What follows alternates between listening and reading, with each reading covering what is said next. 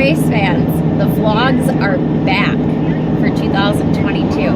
Say hi, Joel. Hi. Say hi, Maddie.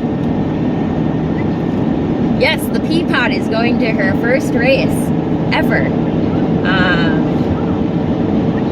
She's a hot box, so she loves snow. In fact, when I got her up this morning and got her breakfast, she only ate half of it because she wanted me to get her dressed and she wanted to go in the truck. So she spent most of the morning sitting in the truck yelling at Joel, "Can we go? Can we go, Daddy?" So, yeah, she's pretty excited to come with us. So, season update for this year. We are currently in the truck on our way to Park Rapids, Minnesota for the Heartland 200. Why it's called the 200, I have no idea, because it's a 250-mile race. Todd, if you're watching, please explain this to me because I'm confused. So this is a 250-mile race over 2 days, 125 miles each day. It's going to be a 125-mile loop. So we won't be running the course more than once a day, which is awesome. So it'll help keep the integrity of the track intact. So we'll be up here for this one 2 weeks, and February 12th we'll be in Neosho for the Neosho Cup Lake Cross race, and the weekend after that, on the 19th, we will be in Manawa for the Manawa Snowdeo. So little bit of changes this year, not too much. Joel is not going to be racing his sled at all, so it's still in trail mode. My sled is in race mode right now, currently set up on terrain. We were able to get some more shocks and shorten them, so those are going to be my ice racing shocks, and we also got another track as well. So I have a track for terrain and picked out track for ice racing, so kind of nice to have both options for setup. So Park Rapids, I'm going to be the only one racing. Joel's going to play crew chief and Maddie's going to play cheering squad. Reasons for that, we found out last year that getting one sled ready for cross country was a lot of work. So with Joel and I changing jobs this year and not having as much time and flexibility to get things ready or to take off of work, we kind of downsized for this year. Hoping to do a few more next year once we have a little bit more options to take off. So I'll be racing Park Rapids in the sport women's class. Neosho, I will be racing in the women's class, and Joel is going to do the Factory 600 class on my sled. And then when we go to Manawa, I'll be doing women's again. And Joel's tentative plans right now are to do Pro Open and the Ironman. So that's kind of the schedule. Haven't really done much on changing things on the sleds, so that's pretty much the same. Sponsors this year, we're welcoming back Juno Lanes, so thank you to Brett for that. Check them out. It's a nice vintage lane. I've had to learn hand score there, which is actually kind of fun. Joel bowls on the league on Thursday nights. They got great food, great atmosphere. Brett and his wife and the staff are awesome. So check them out if you haven't had a chance already. We also have the Women in Motorsports Making Waves Facebook page back on board this year. Thank you to Daryl Curtis for his support. I really like working with that crew. It's a really great Facebook page. So if you are a woman in motorsports and like to support people, women in motorsports, whether you're a driver, you're a crew chief, you're a media member, make sure to go and check out his page and give him a like.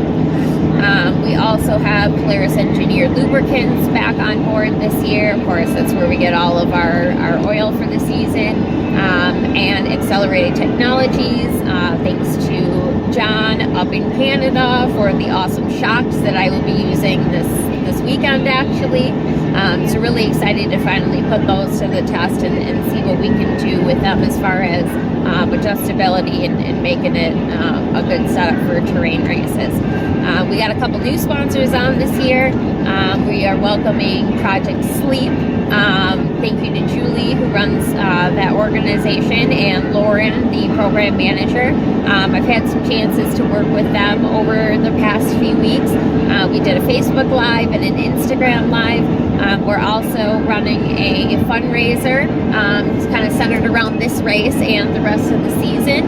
So if you are... Sunglasses, again. No, those are my sunglasses. Yours are up here. Well, see, I didn't put them there. Ugh, unbelievable, this man. Don't lose them. Nice, I'm starting to water.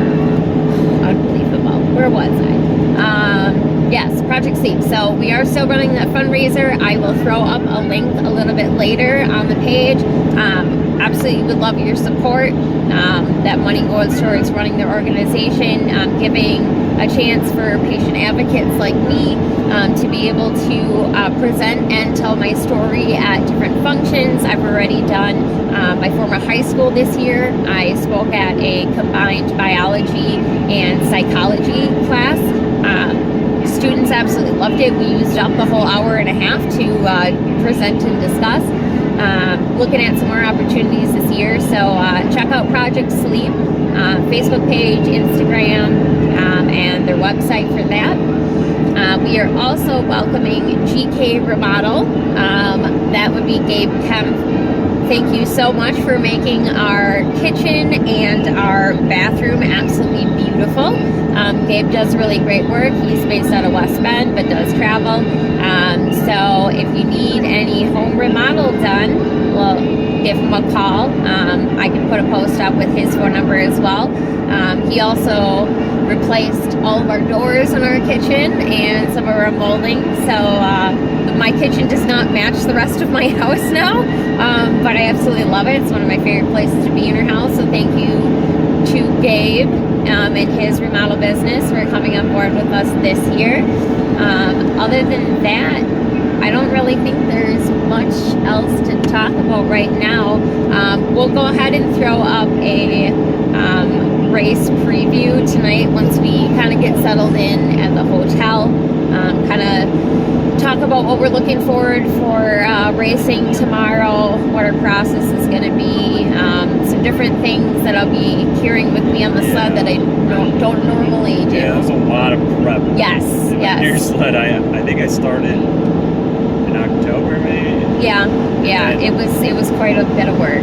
Well, I didn't do a lot for like a month and a half of that, but nonetheless, especially this week, just going through it more extensively than definitely more extensive than a trail ride, especially today and last night. I was up till midnight. Midnight. I got to bed at 1, and I woke up at 5.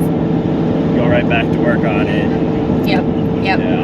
Haven't really run into many issues. We did have a little bit of a problem. We did go trail riding a couple weeks ago, and halfway through the day, my sled would not idle, and it just died. And we had Maddie with us, so I had an extra 35 pounds strapped to the front of me for 75 miles we put on.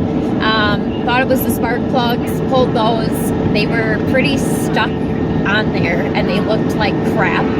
But thought that maybe that was the issue, pulled them, put new ones in, didn't fix it, and eventually it ended up being the throttle cable. It was too tight, so there's a safety switch that's built into that, and if the cable for the throttle is pulled before that safety switch is pushed, then the sled goes into limp mode and dies. So all we had to do was loosen up that cable, and Blaze runs just fine now. So yeah. I think that's it. Right, that was almost a needle in the haystack. I called a couple dealers, and one of them led me in the right direction. Yep. And I told you. Yeah. So thankfully we got that. That really was a big bullet to dodge, but we got that done. Yep. So I got that all fixed up this last weekend. I put the rest of my decals on my sled last night, and we're loaded up and we're down. I got you a tether on your wheel kit. Yes, that's another and new your storage thing. New, small but very important change. We can talk a little bit more about that tonight when we do a little bit of a recap for the weekend. So other than that, we will see you guys tonight and look for some more updates throughout the weekend.